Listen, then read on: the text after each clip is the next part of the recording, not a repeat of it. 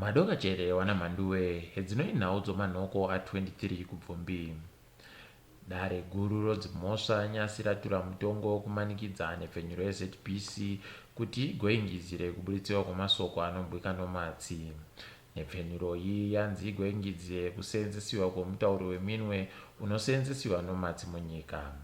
Nyaya iyi yakaendesiwa kudare riri nomasangano mairi anomirira kodzero dzomatsi nevamwe vakaremara anoti Deaf Zimbabwe Trust neCenter for Disability Trust.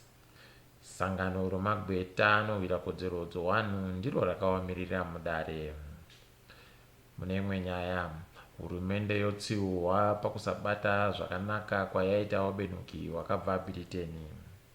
Wabenukiwa wari kutsutsumwa zvikuru nokuti nokubuditsiwa kwemasoko kwakaitiwa nehurumende pakubenuka kwawo kwakaita vamwe vanhu munyika waone sokunge ivo vanonhongwa. Kutanda kubvira pakuti iyo hurumende yakatadza kuwapa pokurara pakatsvinda.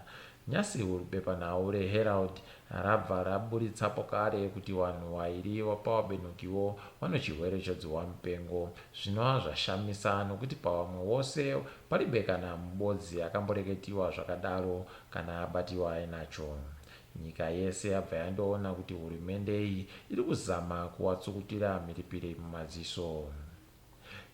Nyika yeAmerica yoramba yakasimbisa utsigiro hwayo kunyika yeZimbabwe. Izvi zvareketiwa nomumiriri wenyika iyi nyasi apo anga ari kuparura homwe yemari inokwana mamiliyoni 3 omari yekuAmerica. Mari iyi kwaindokusimbisa mutsimba uri kuitiwa anodzihwa mupengo.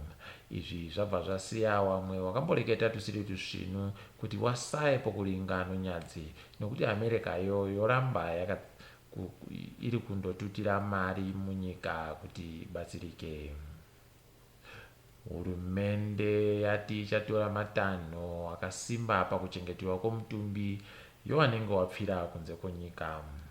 Izvi zvareketiwa nyasi serimwe rematanho ari kuitiwa kuedza kudzivirira kutekeshera kwechirwere chedzihwa mupengo.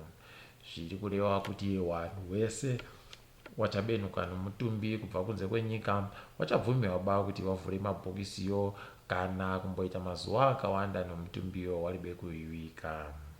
Zvinorevazve kuti hurumende ndiyo ichange iri kutungamira kuvikiwa kwomutumbi yacho uye kuungana panyahwa kuchabvumirwa ba. Toenda dzepasi rese. Kambani yezvitoro zvomishonga yosungiwa nehurumende muSouth Africa.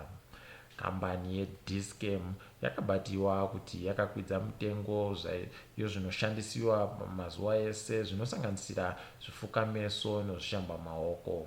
Bazi rehurumende rinoongorora kushanda kunoita makambani munyika yeSouth Africa reCompetition Commission ndiro rakaita tsvakurudzo dzaro kuburikidza nematikiti aro rikabata zvizere zvakaitiwa nekambani iyi. Kureketa kuno yatonzi ichaendesiwa kudare rodzimhosva rinotonga makambani kuti riripisiwe muripo.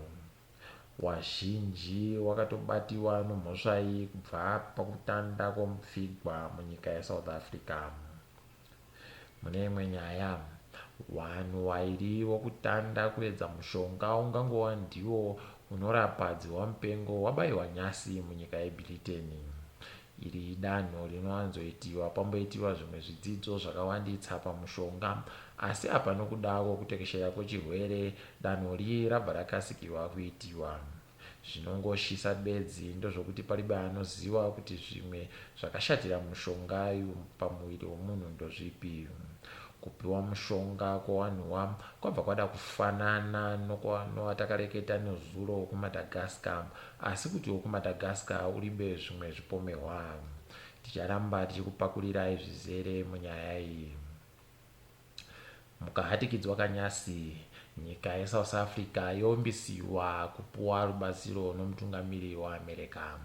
Izvi zvareketiwa naRamaphosa nyasi mumasoko waburitsa wachiti waTrump watsidza kuti vachagoita zvose vanogona kuti vabatsire nyika yavo mudambudziko redzihwa mupengo rino.